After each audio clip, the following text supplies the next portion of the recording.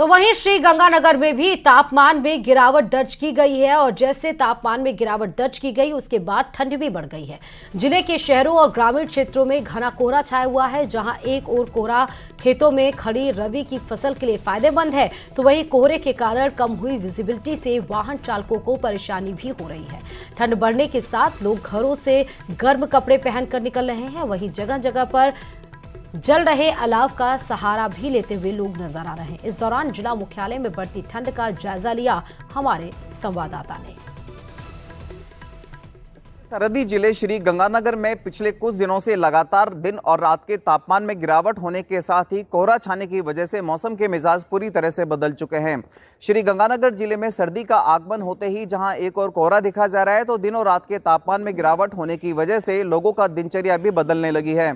अभी समय हम श्री गंगानगर के अंबेडकर चौक पर मौजूद है। यहाँ से हम आपको रविंद्र पथ की तस्वीरें दिखाएं तो आप ये देखिए, श्री गंगानगर जिला मुख्यालय पर काफी कम कोहरा दिखाई दे रहा है, हल्का कोहरा दिखाई दे रहा है। लेकिन इसके अलावा यदि हम श्री गंगानगर जिला मुख्यालय से बाहर खुले की तरफ बढ़ते हैं या फिर ग्रामीण क्षेत्रों की तरफ बढ़ते हैं, तो वहाँ पर ये कोहरा काफ़ी घना होता जाता है। ठंड का आगमन होने की वजह से जो अल सुबह घर से बाहर निकलते हैं जरूरी काम के लिए, जिनको ट्रेन पकड़नी है, बस में कहीं जाना है, या फिर सफाई कर्मी है, वो अपना पूरा इंतजाम करके निकलते हैं ताकि इस ठंड से आने का बच सके।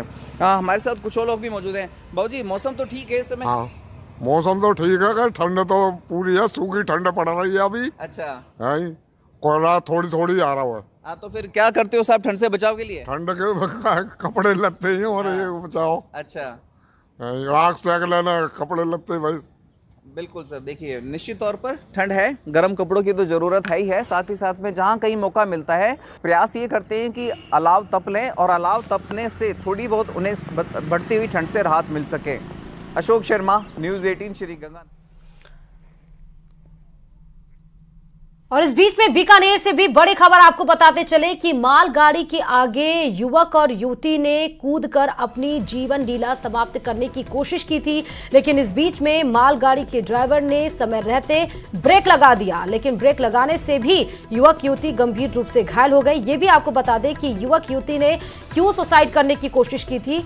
हालांकि अभी इस पर पुलिस कार्रवाई करेगी, लेकिन तौलिए से हाथ बांधकर ट्रेन के आगे दोनों कूदे युवक युवती। समय रहते मालगाड़ी के ड्राइवर ने ब्रेक लगाए, चपेट में आने से युवक युवती दोनों घायल बताए जा रहे हैं।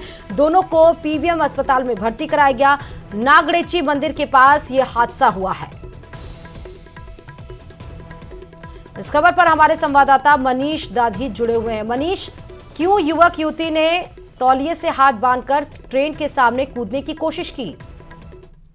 देखिए, प्रथम दृष्टया जो मामला है ये प्रेम प्रसंग का नजर आ रहा है, जहां पर 25 वर्षीय युवक ने और 23 वर्षीय युवती ने दोनों ने अपने हाथ बांध करके आत्महत्या की कोशिश की थी। मालगाड़ी के सामने छलांग लगाई थी, लेकिन समय रहते ही जो मालगाड़ी के जो पायलट थे उन्होंने ब्रेक लगवा दिए और लगते ही जो हल्की सी मालगाड़ी जो रुकी तो उसके चपेट में आने से दोनों ही युवक युवती जो है वो घायल हो गए। घायल को मालगाड़ी का जो पायलट था उसने और लोको पायलट ने दोनों ने मिलकर के जीआरपी को सूचित किया। जीआरपी पुलिस ने दोनों को ही युवक युवती को पीबीएम अस्पताल में भर्ती करवाया है, जिनका इलाज फिलहाल जारी है। वहीं पर कुछ कारण क्या रहे इनकी वजह की जांच में भी जो पुलिस है वो जुटी हुई है। जेएनवीसी थाना क्षेत्र की यह घटना बताई गई है। नागणेची जो मंदिर है उसके पास की ये घटना है, जहाँ पर मालगाड़ी के चपेट में आने से दोनों ही युवक युवती जो है वो गंभीर रूप से घायल हो गए हैं। जी, बहुत बहुत शुक्रिया मनीष तमाम जानकारी देने के लिए। तो मालगाड़ी के आगे कूदे युवक युवती, जैसे हमारे संवाददाता ने बताया कि प्रथम दृष्टया ये प्रेम प्रसंग का मामला बताया जा रहा है, लेकिन लोको पायलट ने सूझबूझ से तुरंत ब्रेक लगा दिया। गंभीर रूप से घायल बताए जा रहे हैं, जिनका इलाज चल रहा है। लेकिन क्यों कूदा गया, क्यों उन्होंने जीवन लीला समाप्त करने की कोशिश की, ये सब पुलिस कार्रवाई में पता करेगी।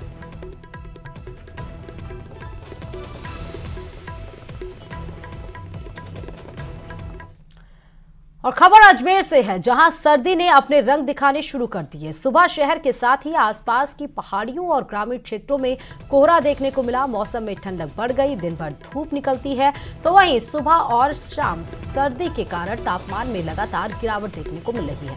अधिकतम तापमान 25 डिग्री के आसपास है, तो वहीं अगर हम न्यूनतम तापमान की बात करें तो 13 डिग्री तक पहुंच गया है। सुबह से ही आसमान धुंध से लिपटा हुआ नजर आ रहा है। अरावली की पहाड़ियां इस धुंध की वजह से दिखाई नहीं दी, जिसके चलते सर्दी भी लगातार बढ़ रही है। सुबह आते तो इतनी धुंध रहती है, आगे के सामने की गाड़ी नहीं दिखती है। बहुत गर्म भोजन करना पड़ रहा है और यहाँ पर इतनी ठंड है कि बस पूछो मत कि हाथ में मुंह पर सब पूरा बांध कर निकलना पड़ता है। डबल डबल स्वेटर पहनना पड़ता है हमको लोगों को अभी। और इसी के साथ ही इस बुलेटिन में फिलहाल इतना ही। और खबरों के लिए देखते रहिए न्यूज़ 18 राजस्थान।